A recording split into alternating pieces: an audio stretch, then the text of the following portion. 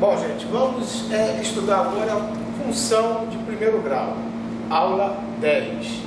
Qual é o nosso objetivo em estudar a função de primeiro grau?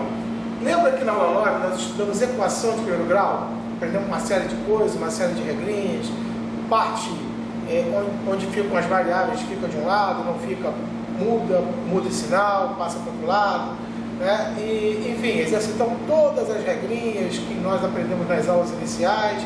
Aqui nós vamos ampliar nosso conhecimento. Nós vamos ver que aquela partezinha que nós estudamos de equação de primeiro grau, ela é o subconjunto dessa parte aqui, que é a função de primeiro grau.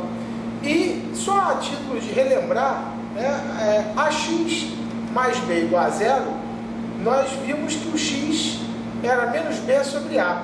E esse x menos b sobre a, para nós aqui, tem um significado bastante interessante. E a função de primeiro grau vai estar presente direto, tanto na matemática, física, química, enfim. Na física direto, tem uma série de exemplos que eu vou poder mostrar para vocês, que é importante você saber o que é um coeficiente angular, coeficiente linear, enfim. Saber bem essa parte chamada função de primeiro grau. Vamos lá então aprender, gente. Vamos lá. Função de primeiro grau. Se escreve assim, f de x igual a x mais b. Mas, professor, você botou o x elevado a zero aqui. X elevado a zero é 1. Eu botei só para mostrar a vocês que eu tenho aqui uma variável elevada a 1 e outra variável elevada a zero. Olha, isso aqui é um binômio. Isso aqui é um binômio, onde o grau desse binômio aqui é o maior expoente. Aqui é grau 0, aqui é grau 1. Então, é um binômio de quê? De primeiro grau. Então, por isso é chamado função do primeiro grau. Olha, essa letrinha A que está multiplicando meu x elevado a 1, ela tem um nome, ela é chamada de coeficiente angular. E essa letrinha B que está sozinha, não, professor, tem um x elevado a zero aqui. Não, não tem, eu só coloquei até em vermelho para chamar a atenção de que aqui tem um grau 0. Então, aqui é só um coeficiente numérico, não tem x algum aqui ao lado. Esse Bzinho é chamado de coeficiente linear. Então, para que isso seja uma função do primeiro grau, é importante preservar o grau 1 aqui. Para que eu possa preservar esse grau 1, esse A tem que ser diferente de zero. Então vamos simplificar isso que está escrito aqui.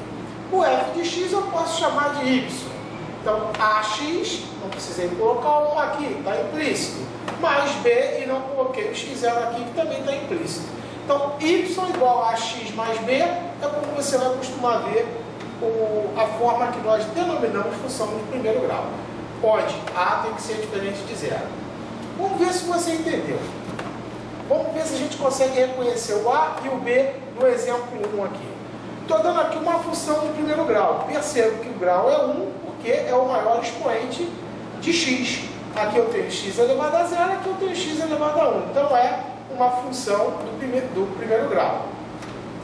Aquele que não tem x é o meu b. Então, menos 6 é o meu b. E aqui, aquele número que está ao lado do meu x elevado a 1 é o meu a. Então, erradamente, tu pode pensar que é 3. Repare que tem um 1 aqui, ó, que você não vai ver, é óbvio, né? Tu fala, repare, porque tem implícito. 1 vezes x dá x.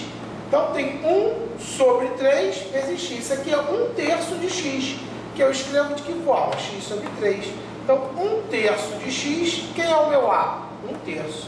Então, o meu a é 1/3 e o meu b é menos 6. Bom, essa eu entendi, Rezende. Vamos para o próximo.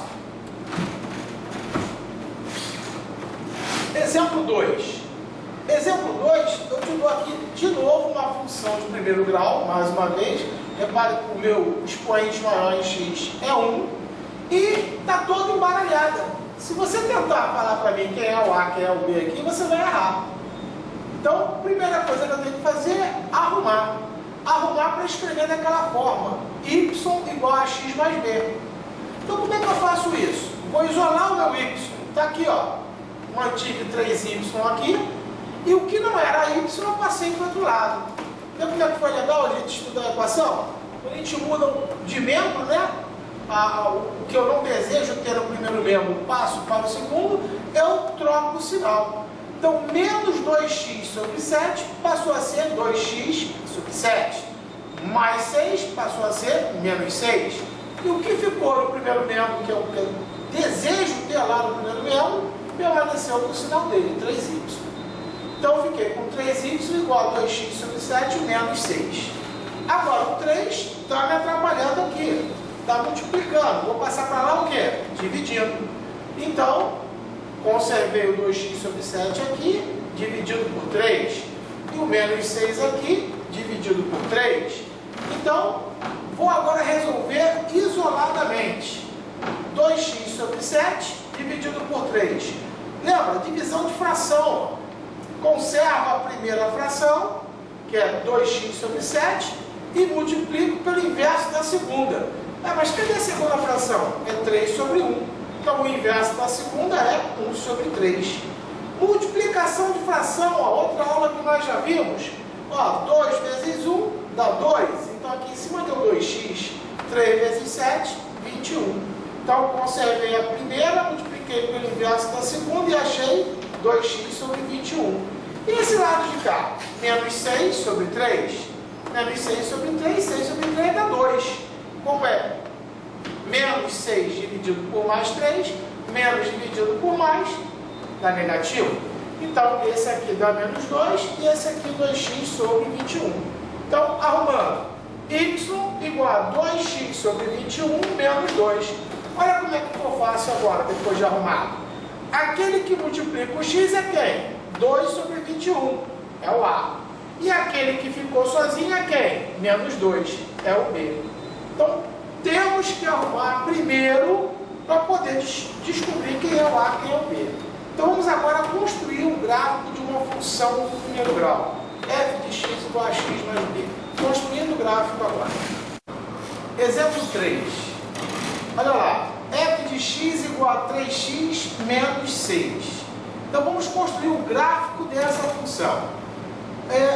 Vamos começar de uma forma bem simples, através de uma tabela. Essa forma é bem primitiva, mas é funcional. Tá? Então, vamos lá. Desse lado de cá, eu coloco possíveis valores de x. Escolho qualquer um. Preferência 0, 1, 2, 3, para eu poder construir o meu gráfico de maneira mais correta, mais certinha, né? E do lado de cá eu boto a minha função, que é o valor de y. Quanto vai ser o y? Vai ser 3 vezes o x menos 6. Então, quando o x é 0, 3 vezes o 0 menos o 6. 3 vezes 0, 0, menos 6, dá menos 6. Para x igual a 1, 3 vezes o x, que é 1, menos o 6. Então, 3 vezes 1, 3. Menos 6, menos 3. Para x igual a 2, 3 vezes 2, que é o x, 6. 6 menos 6, dá 0. Para x igual a 3, no lugar do x eu boto 3. 3 vezes 3, 9. Menos 6, igual a 3. Então, repare que é só colocar no lugar do x os valores que eu escolhi. Vai entrar aqui o 0, o 1, o 2, o 3, e aí eu vou obter os valores de y. Ora, meu conjunto, então, de pares ordenados, por que par ordenado? Tem uma ordem. Primeiro é o x, depois é o y. Quais foram os valores de x que eu escolhi? 0, 1, 2, 3. Quais foram os valores de y para cada esse x escolhido? x0, o y deu menos 6. x0, o y deu menos 6. x1, o y menos 3. x2, o y deu 0. x3, o y deu 3. Então, vamos ver agora aqui no gráfico. Foca no gráfico para nós aplicarmos esses pares ordenados e construir a nossa função, o gráfico da nossa função. Nosso primeiro par ordenado estaria o 0 menos 6. Quando o x for 0, o y vai ser menos 6. Então, bolinha aqui, para a gente marcar. Quando o x for 1, o y vai ser menos 3. Então, bolinha aqui para a gente marcar o 1 menos 3. Quando o x for 2, o y vai ser 0. Então, bolinha em cima do 2. Quando o x for 3, o y vai ser 3. Então, bolinha aqui para marcar o par ordenado 3, 3. Então, ligando as bolinhas, claro que o gráfico não está numa escala perfeita, mas dá para a gente subentender que a curva que representa esta função, ou seja, o gráfico dessa função, vai ser uma reta. Vai ser uma reta. Olha, embora aqui esteja tudo meio tortinho, né, ou seja, fora de escala, o que eu estou querendo dizer para você é isso, ó, que a curva dessa função vai passar em y, lá no menos 6, em y, e em x vai passar em 2. Então, se eu marcar aqui menos 6, se eu marcar aqui o 2, basta esses dois númerozinhos aqui, ó, tem significado para nós, e eu ligo esses dois números que eu já tenho a minha função y igual a 3x menos 6. Olha, então quem é esse menos 6? Não é coincidência não, gente. Olha aqui ele, ó. Vai ser sempre o nosso termo independente, o b. O b é justamente o ponto em que a reta vai cortar o eixo dos y. Então, menos 6 é o b, que é o nosso f de 0. É o valor da função quando x for 0. A vezes x, que é 0, mais b. A vezes 0 dá 0. 0 mais b é b. Então, f de 0 é b. Então, por isso que o ponto que minha função vai cortar o eixo dos y vai ser sempre o b. Então, não é coincidência. Se aqui deu menos 6, vai cortar em menos 6. Agora, e aqui? Aqui é 2. Cadê o 2 aqui, ó? Não aparece. O 2 é a raiz, que nós vamos simbolizar por x0. Olha, quem é esse 2? Se aqui é o valor quando x é 0, o 2 é o valor quando o y é 0. Ou seja, é o valor de x para f de x igual a 0. F de x é o y. Então, por isso que o x0, conhecido como raiz, é chamado também de zero da função. Porque eu vou pegar a minha função e igualar a 0. Olha, quem é a minha função? Ax mais b igual a 0. Opa! Apareceu o que eu estudei, ó, na aula número 9.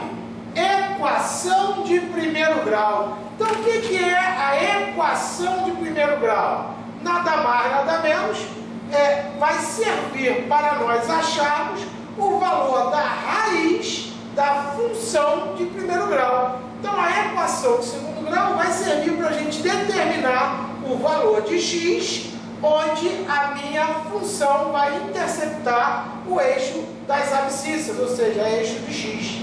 Então, lembra que eu falei no início da aula que o x era menos b sobre a, lá da minha equação do primeiro grau? Então, o meu x menos b sobre a é exatamente a raiz da minha função do primeiro grau. Então, equação de primeiro grau, como eu disse, é um subconjunto desse estudo maior, que é a função de primeiro grau. Então, vou dar um exemplo agora para vocês, para a gente poder aplicar de forma bem fácil. A gente pode construir o gráfico de uma função do primeiro grau. Basta sabermos o b e a raiz.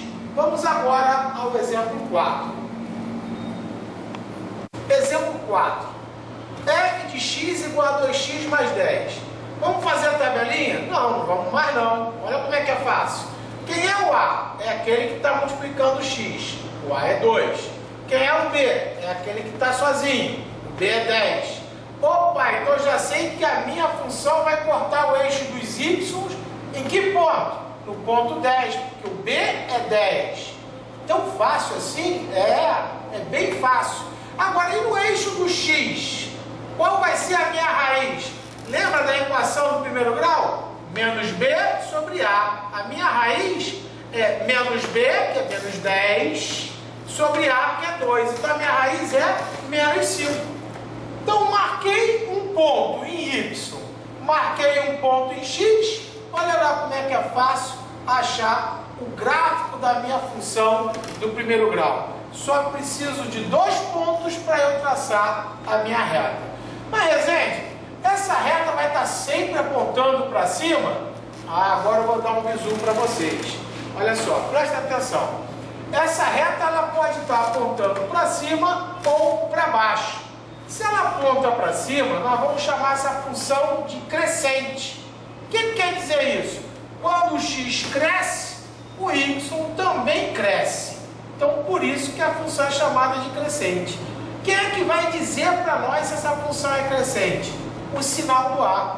Se o A for positivo, o coeficiente angular for positivo, essa função vai ser crescente, essa reta vai ser para cima. Se o coeficiente angular for negativo, a função vai ser decrescente e a reta vai apontar para baixo. O que significa uma função decrescente? Significa que o x aumenta e o y vai diminuir. Então, função decrescente, A negativo. Função crescente, A positivo.